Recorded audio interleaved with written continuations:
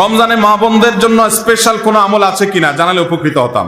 মা বোনরা রমজানে বিশেষ কোনো আমল যেটা পুরুষদের জন্য প্রযোজ্য না তারা করতে পারেন কিনা, এর উত্তর হলো মা বোনরা তারা ইফতার তৈরি করেন, সাহারি তৈরি করেন, বেশিরভাগ ফ্যামিলিতে তারাই করেন।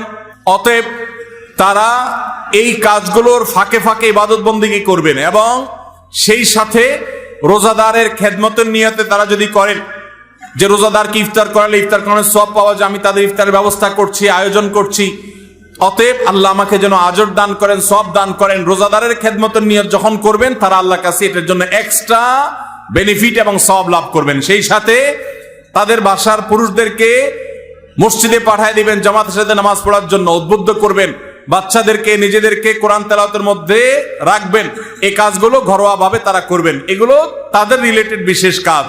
এর বাইরে মহিলা হওয়ার কারণে আলাদা কোনো আমল নাই। তবে আমাদের যে সমস্ত বোনরা রমজানে মাসিক অবস্থায় থাকেন ওই অবস্থায় তারা কি আমল করবেন, সেই অবস্থায় তারা জিকির আজকার করতে পারেন, দোয়া দুরূদ পড়তে পারেন, ইস্তেগফার করতে পারেন, ইসলামিক বই পুস্তক পড়তে পারেন, তারপর রোজাদারের খেদমত সহ অন্যান্য কাজ তো করবেনই।